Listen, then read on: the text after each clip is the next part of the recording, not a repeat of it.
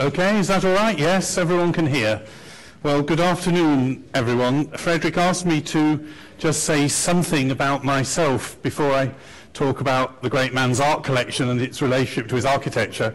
I began teaching architecture in 1982, and 31 years later, that's 2 years ago, took early retirement, not out of any fading love of architecture, but out of a growing dislike for the bureaucracy that attends modern education.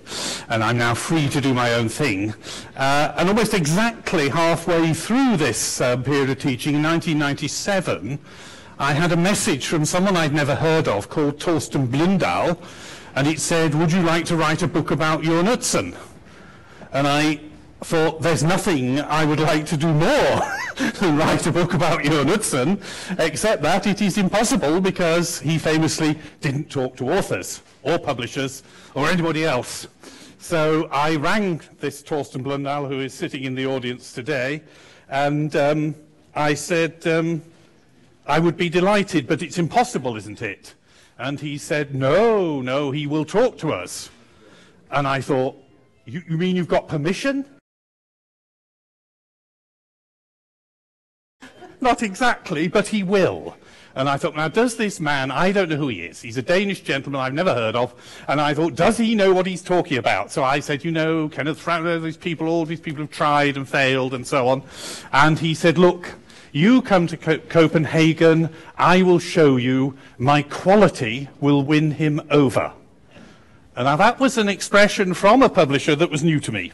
I dealt with quite a few in Britain, but the idea of winning something through quality was novel, and I discovered, in a way, very Danish.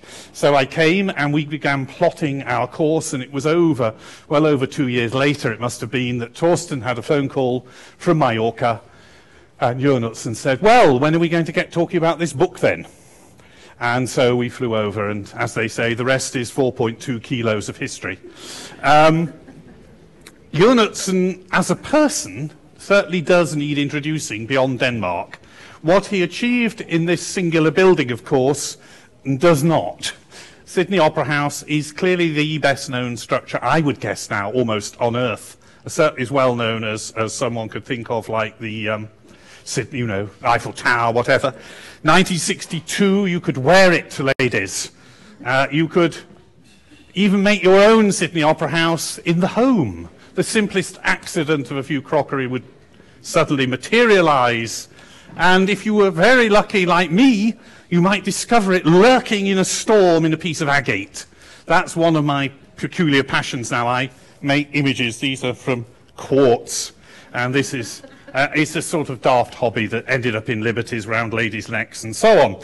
And, it's unmistakably Sydney Opera House, as is that.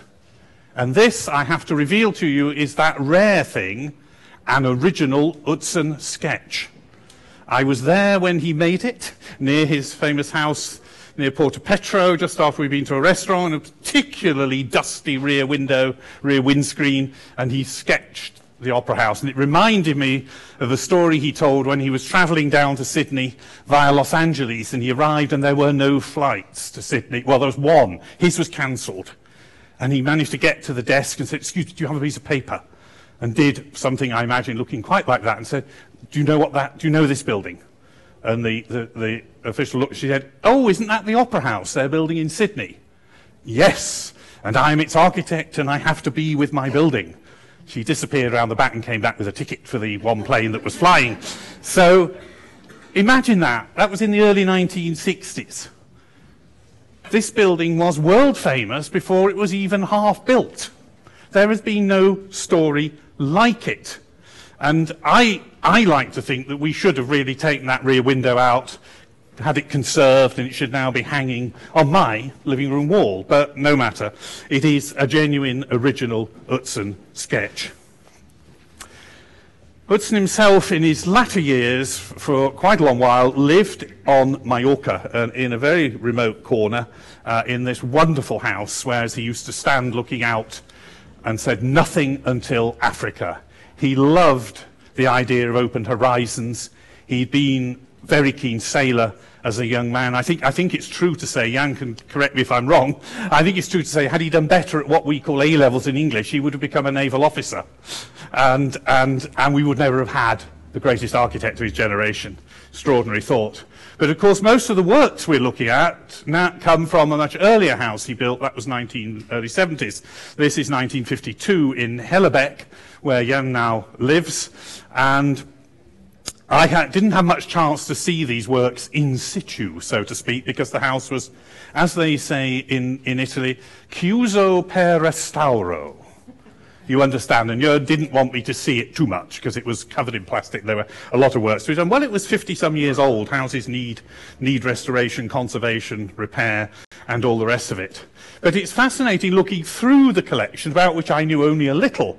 The 4.2 kilos has very little about this in it. And you can see, obviously, they're mostly figurative works, abstracted but figurative. There are things, a lot of things of women, one has to say. And there is this beautiful bird by Beck.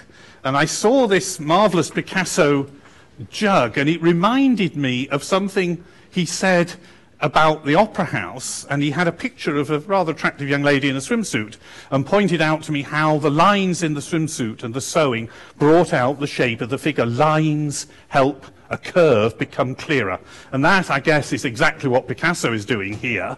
And it's, in a way, it's like what the lines of the shell lids, tile lids, and so on the shells at Sydney do. They describe the spherical volume very beautifully. And then I began to think more closely, and I thought, well, actually, there are an awful lot of connections between the things that interested Utzon in terms of art and his own work. That's hardly surprising. And the first of these I called the Alto wave. And this is something my first book, big book, was on, that was about 2 kilos, was on Alto. And I was very surprised, in a way, to discover that the word alto in Finnish means wave. And that was almost the signature line of Alto's work, from the scale of furniture, such as these pieces that are in the sale, where you have the organically shaped curved lines of the frame, something he was developing in the early 30s, came to its fore in a way in America in the 1940s, internationally in some respects. And it was very much the leitmotif of many of Alto's projects, this amazing pavilion at the New York World Fair, the Finnish pavilion, which has this fantastic undulating, waving, one has to say, curtain almost of timber, which everyone who wrote about it related to the forests of Finland. And I have to confess, later, after my book, had to publish a separate paper about this, you know, the academic world being what it is, after I discovered this illustration in a bookshop in Prague from a 19th century manuscript lithograph collection. And of course it's the Northern Lights. And Alto was evoking that quality clearly in this project. There were banks of coloured lights and so on. And I thought this is kind of fascinating because there is in this a dialogue between the horizontal, the earth, the flatness, and the free and undulating. And that was exactly the idea that Utzon himself used many years later for his last public building in Denmark, the wonderful Balsvær Church. And he made these 2 sketches for Christian Norberg Schultz for a book cover many years, even after some years at least, after the church was made. And he described, and it's a famous story, and a number of my colleagues who were very skeptical by nature about all sorts of metaphors from nature said, oh, you don't really believe that, do you? Utzon described how he was lying on the beach on Hawaii, where he went to work sometime after he'd been in Sydney with another Danish architect who was a friend. And he said he was lying there, and above his head, a series of clouds like horizontal cylinders, like a colonnade on its side, came over. And you thought, well, that's kind of unusual. So I had a look at a book of waves that I happened to have, a photographic picture book, and I found this picture. And I thought, well, they're sort of like horizontal cylinders, evenly spaced, a bit like a colonnade. And I looked it up in the back of the book, and where was it photographed? Hawaii. Well, then this was a book for surfers, so, you know, Hawaii's not exactly short in that department. And so I thought, I wonder. So I rang up the University of Hawaii, this is called research, And I said, excuse me, is there anyone by any chance there who could tell me about these trade winds? I'm researching a book about about these clouds. I'm researching a book about Jørn Utzon. And they said, oh, one of our lecturers who shared an office with Mr. Utzon still teaches here, and he's in today. So I said, oh, and they said, we'll put you through. And he was there in his office, as luck would have it. And I asked him about this, and he said, oh, yes, he said, they are a function of the trade winds. They happen maybe every few weeks. He said, but they're very unusual, very striking. You don't see them anywhere else. And they acted, of course, as a trigger to Utzon. I then asked him if he had any other memories of working with Utzon in sharing an office and so on. And he said, oh, it was quite frightening for me as a young lecturer. Here was one of the world's great architects, and I had to share an office. He said, the only thing I really remember is how he dealt with mail. He said he let it accumulate for about a month, then he got his waste bin and swept it in. I thought, I do the same, yeah. I've learnt that from, you know how much rubbish that comes through the mail these days. But this, of course, is what it translated into. Looking at clouds on Hawaii is one thing, turning it into a masterpiece is a whole other thing. But that catalyst of an idea with Utzon so often came from his contemplation of nature. That was one of the primary sources of his work. And I was looking again at these Alto things and thinking about, you know, them in relation to Utzon's work. And these famous stools, Alto described that as the little column, that beautiful splayed leg. It clearly had an influence on Utzon's own new angle furniture, I'm sure of that. But equally, you could say that those are like miniatures of the great precast, post-tensioned structures, the ribs that form the vaults at Sydney. So there's not, in any sense, influence, but there's a kind of kinship of thinking. This idea that form, as in nature, grows out of conditions. But then I thought, look at all these, it's pretty obvious that women loom large in this art collection, whether it's in Picasso or Le Corbusier or whatever. And this wonderful little Henri Laurent sculpture, which is only about that big if you've seen it in the preview. It's beautiful, though. Lovely little piece. And I borrowed this phrase from Oscar Niemeyer, the great the Brazilian architect, who said his work was inspired by the curve of the landscape and the body of the beloved woman, about which he apparently had considerable experience. And this sculpture immediately reminded me a little bit of early Henry Moore and of the way in which the body can turn into a kind of landscape. A miniaturized landscape, a headland, a rock, the sorts of things Monet painted with the sea flowing through. All of those things are somehow evoked here. And that was an analogy that Utzon used quite a bit about Sydney Opera House, that the base of the Opera House was a kind of geological formation, and the shells above were this free sculptural, and for one analogy he used was kind of like a mountain range. And he used that in particular in relation to the search for the finish of the tiles. Because he said to one of his assistants, a Norwegian, he said, remember when you're out skiing and there's fresh snow, your blade cuts through that top layer of freshly fallen soft snow and reveals the icy surface underneath. And that's what gives mountains their fantastic quality of light. And that was something Utzon was desperately searching for, because despite all its reputation of sun and shine and brightness and all the rest of it, the Sydney Harbour is actually quite a dark place, so it needed something in the middle that would really glow and continue like alpenglue on the Alps to glow after the light has gone. And that was something Utzon achieved after a mere 3 years of development of this tile in Sweden with the Höganäs company. And you have the shells, and they have this fantastic quality of constantly changing subtly in light.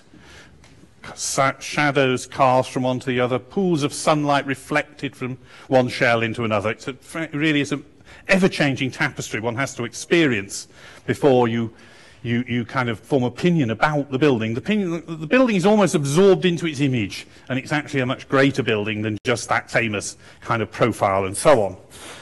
Then the other connection that was intriguing to me, looking at the art collection, because it does include works by Asger Jorn, of course, that he gave to Utzon, was the Jørn and Jorn. And Utzon used to have lots of fun playing games with the names, because Asger Jorn asked Utzon to design an extension to the Silkeborg Museum with the intention that he himself, Asger, would pay for it, and that it would house his collection both of modern European art and of his own art, and it was to be in his hometown of Silkeborg. And this project has been, it's fair to say, one of the kind of mysteries of the Utzon oeuvre. Utzon himself described how he'd taken inspiration from a system of caves in China where there were statues of the Buddhas that you kind of had to squeeze behind and so on. But again, just as it's a long way from a set of clouds on Hawaii to a beautiful church, it's a long way from a set of caves in China to a mature, highly sophisticated monument. And there's a wonderful paper by one of Utzon's staff, Australian staff, someone who I think has dined out on Utzon ever since 1960-something when he started work there. And it says that Utzon was like Picasso. He was seized by the moment of inspiration and the great idea came to him. And on this occasion, the great idea came when he was in a restaurant and the only thing he could draw with was a salt cellar. And so he made this sketch in salt. Here's the idea for our building. Well, the only thing that's true about that story is it's drawn in salt. It's published in a very reputable journal, I might tell you, but it's wrong. That drawing was actually made after they sent the drawings back to Europe to Asger Jorn for him to look at. And as I always say to my students, always make your preliminary sketches at the end of the project. Then you'll get them right. Very dangerous to do it before. You want to tell a clear, as we now say, narrative. This was a wonderful prediction, post description of this project. But the project itself remained quite elusive. There's a lot of writing about it, but none of it seemed to get close to really explaining where on earth did this extraordinary project, all these curving forms, very radical for the early 1960s, where on earth did they come from? And then it suddenly kind of dawned on me, or I thought it did. I saw this sketch bottom right there with that French wording by Le Corbusier as a diagram of his chapel at Ronchamp, and it said how to build a church with ruined stones. The building that was there, the original chapel, was burnt down, and they incorporated all the old stones into the walls of the new building. And I think just putting the plan above it, there's kind of a, well, let's say they're speaking the same language. And I started to look a little more closely at this project, and I thought, I really do think I know what's going on here. And of course, I did know that Utzon had invested in quite a few original pieces, these enamelled metal pieces, and of course the great tapestry upstairs. He'd invested in those, so his admiration for Le Corbusier, both as an architect, which is hardly surprising, but perhaps more surprisingly, for Le Corbusier's graphic work, is intriguing. And in fact, he was going to commission Le Corbusier to design tapestries, as you probably know, for the catalogue for the Sydney Opera House, and Le Corbusier accepted this invitation. So, we have the kind of Corbusian connection. And I saw 2 or 3 other projects of Le Corbusier which I felt could well have been influencing this project, but above all it was that sense of the freedom of form that emerged in what Le Corbusier called the kind of laboratory for form, which was his painting. He spent a lot of time painting as well as designing buildings. It was obviously very important to him. And that seemed to me pretty clear. And so I wrote all this up. It was a short chapter because it was just about this one project, and I sent it off to Jørn, and he came back to me amazingly quickly. And he said, Richard, thank you for the chapter on Silkeborg, which I think is rather good. And I thought, oh, does that mean the other chapters aren't good? Hopefully not. Does it mean he's going to say, but please don't make out I get all my ideas from Le Corbusier? Which, as they say, you know, people don't like their sources of their ideas being rumbled. Well, I found actually great architects really don't care. Because great architects, great artists, as Picasso said, they steal, they don't borrow.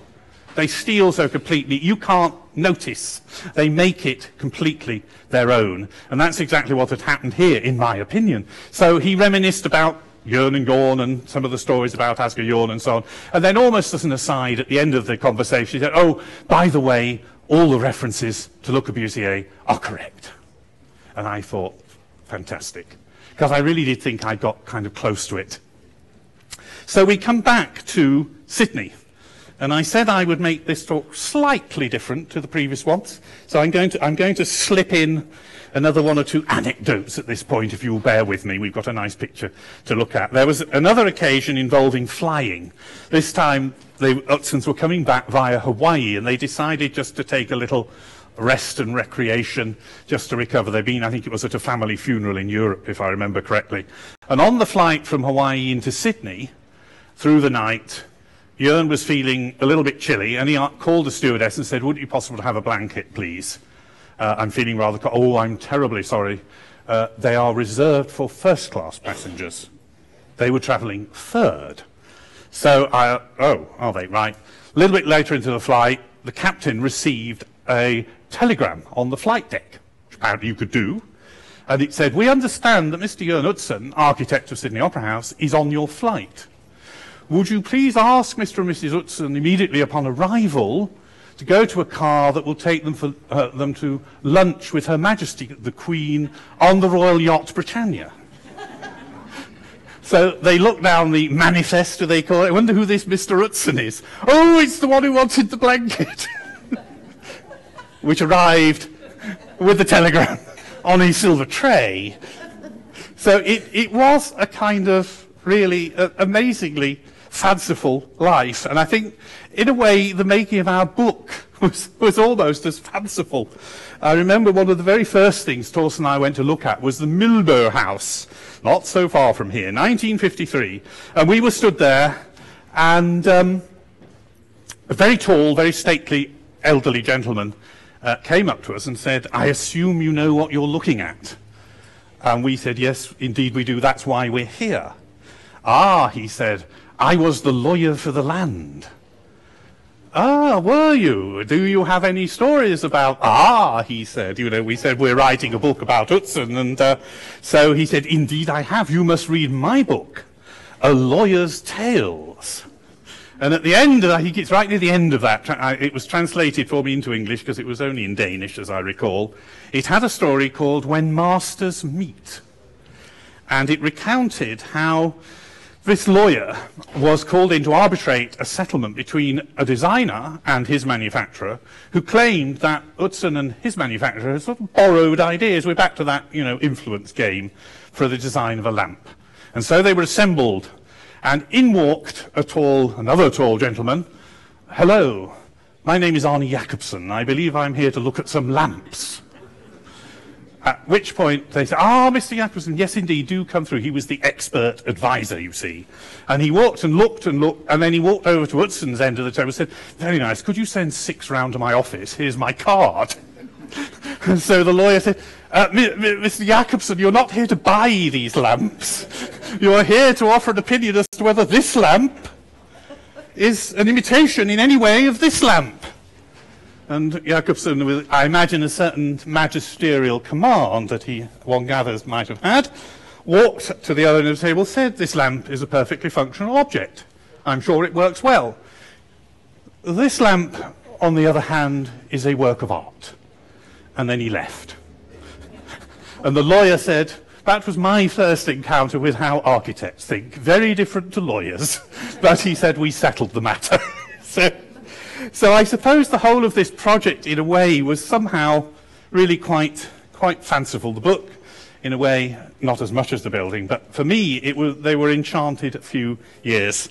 And if we look at Sydney, what we see, I think, is a summation, a condensation of these things, of the free thing, that which belongs to the sky, to the air, to the light, settled on Mother Earth, the geology of the base. And that idea had come to Utzon many years before the competition in 1949, when he visited the Mayan temples, now great tourist attractions, then still being hacked out the jungle, quite an effort to get there. And he realized as he climbed those steps, you went from the total claustrophobia of the jungle to the absolute freedom of looking out over the jungle as if you were at sea in a boat. You could see to all the horizons across a green ocean. And that total contrast was so quintessentially kind of architectural. And then he thought, and we could make platforms now if we put all the secondary service functions of the building into the solid, what was then the solid platform. And that's exactly what you see. If you look at the plan of Sydney, you see two theatres side by side, with no side stages, no back stages, none of the normal paraphernalia that you need to make a theatre work, because all of those things were in the base and serviced by enormous stage lifts. And it was the only way to make sense of a very narrow site. And it was the only one of 233 entries in that competition to manage to put the theatre side by side instead of end to end. And it has two consequences. One is magnificent for the visitors. You process through, you go into the auditorium, you come out for the interval, and you arrive at the foyer bars with the spectacular view out over Sydney Harbour. The other consequence is that, of course, as you approach, everything's back to front. So you're confronted by the backstage walls of the theatre, which you normally don't see as a member of the public, but they're on public show. And it was for those that Le Corbusier was Jørn Utzon was intending to commission Le Corbusier to provide two enormous tapestries. One of those small tapestries, of course, is the highlight, or one of the highlights of this sale, certainly from the Utzon Collection. I think it's an absolutely magnificent piece. And I think it shows both Utzon's admiration for the great master, for the architect who, in my opinion, is the greatest man ever to pick up a T-square, Le Corbusier, and at the same time it shows that Le Corbusier, the great old master of modernism, by then recognised in Jørn Utzon a new architect worthy of his legacy. Thank you very much.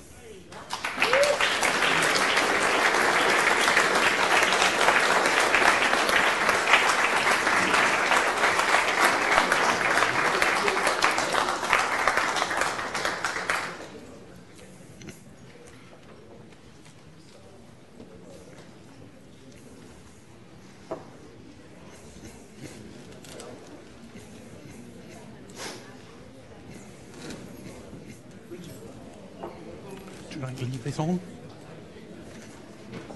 Leave this on for later, or should I? Thank you. Great, fantastic as always. Thank you. Yeah. Once we need the storyboard soonest.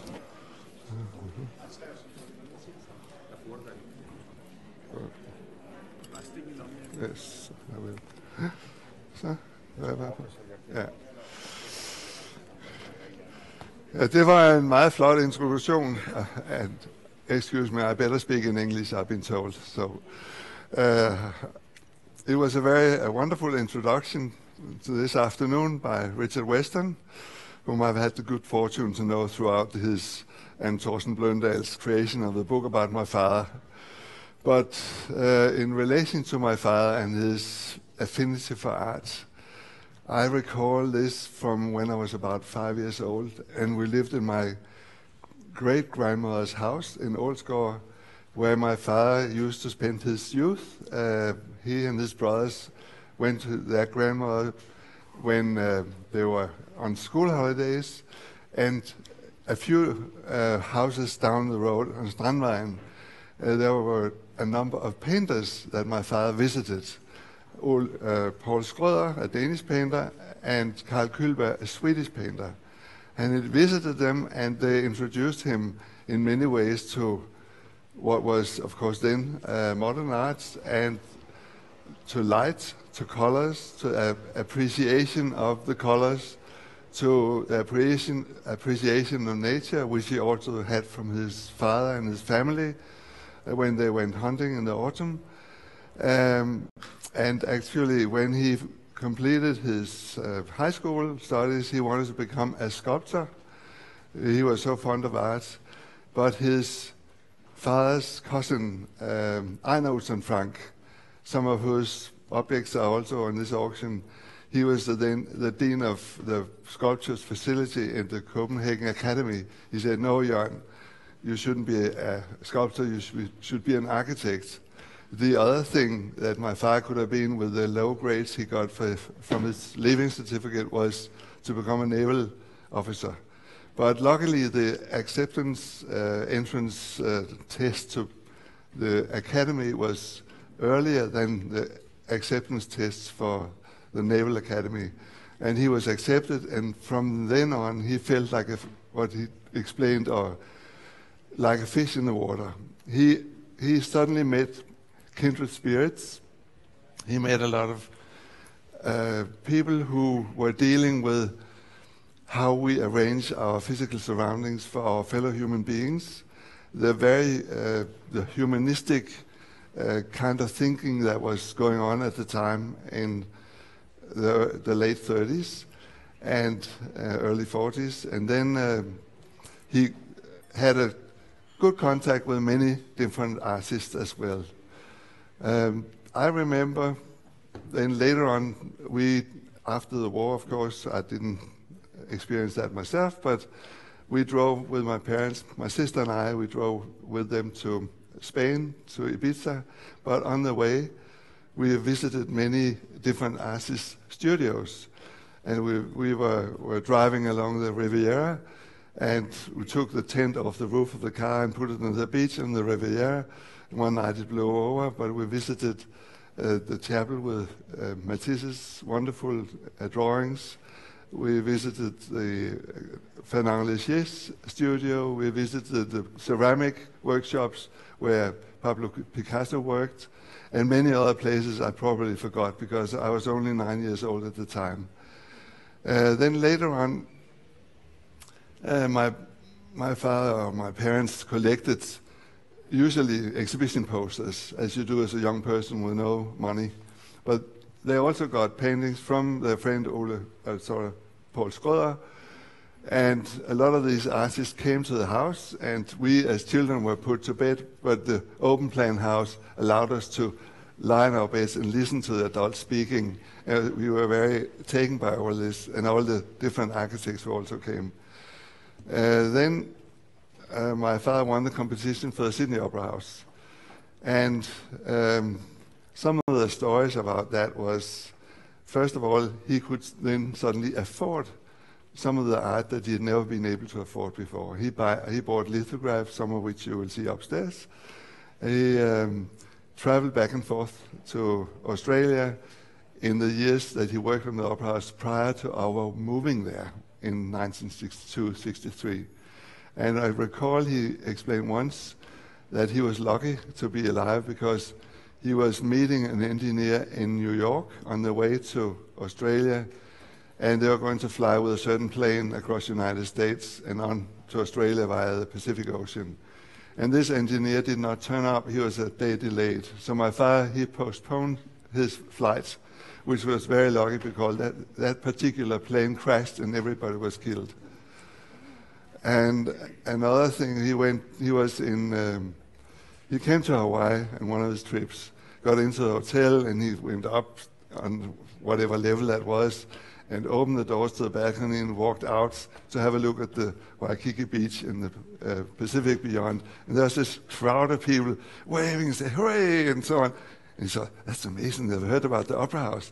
There's something wrong about it. And he looked up, there was Elvis Presley on the floor just above him. But he accepted it as a bit of his own.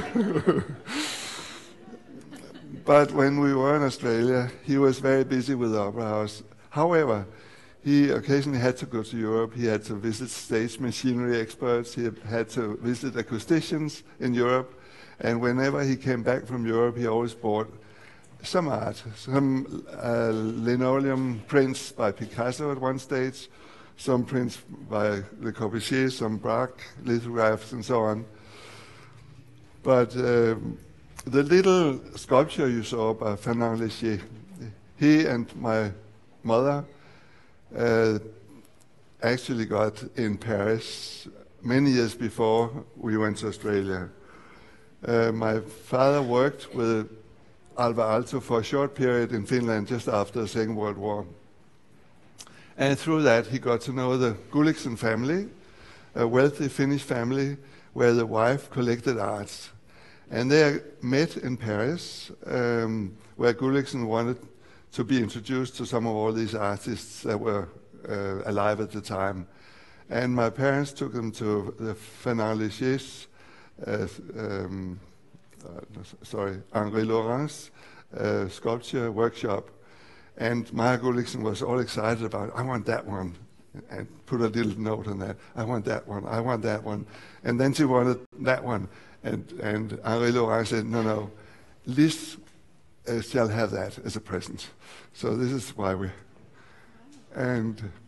But the Collection family was such that after they've pointed out all these sculptures, he just gave Henri Laurent his business card and said, please take this and you can go to the embassy and get paid. So,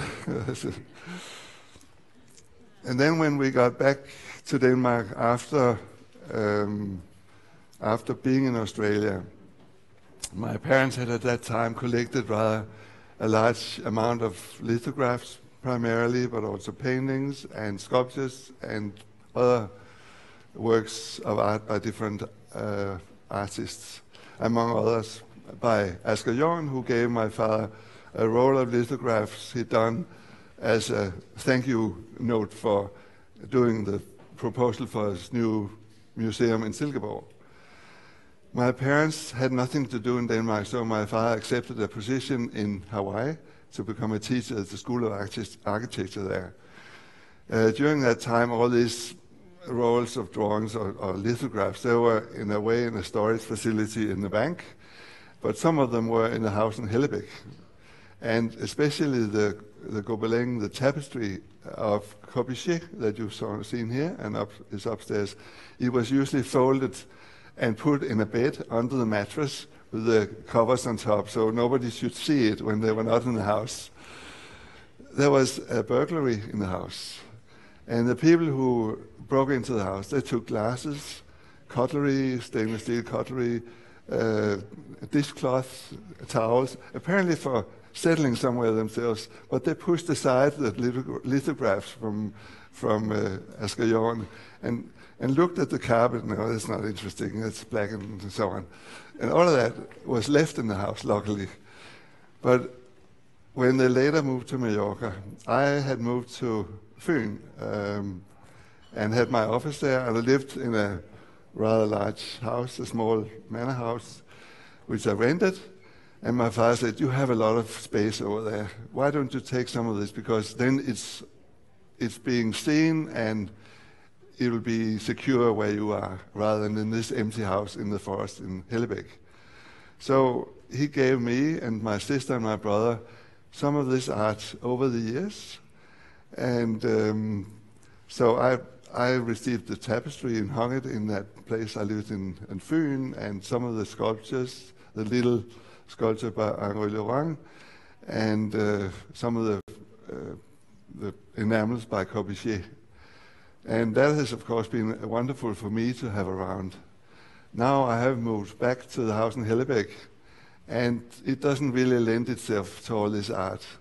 And some of it has been lying in storage for a number of years, and that's why I felt now that it's the time to perhaps let somebody else enjoy this art. And this is why it is now at Bruun Rasmussen's auction house. Thank you.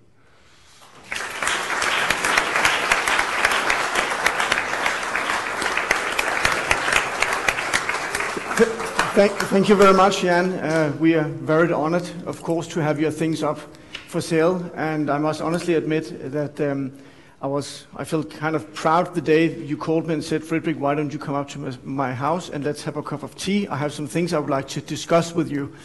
And I felt very proud. Oh, Jan Utzon has given me a call. I wonder what it can be. And now we are suddenly standing here with a catalog and a sale coming up in 2 weeks' time.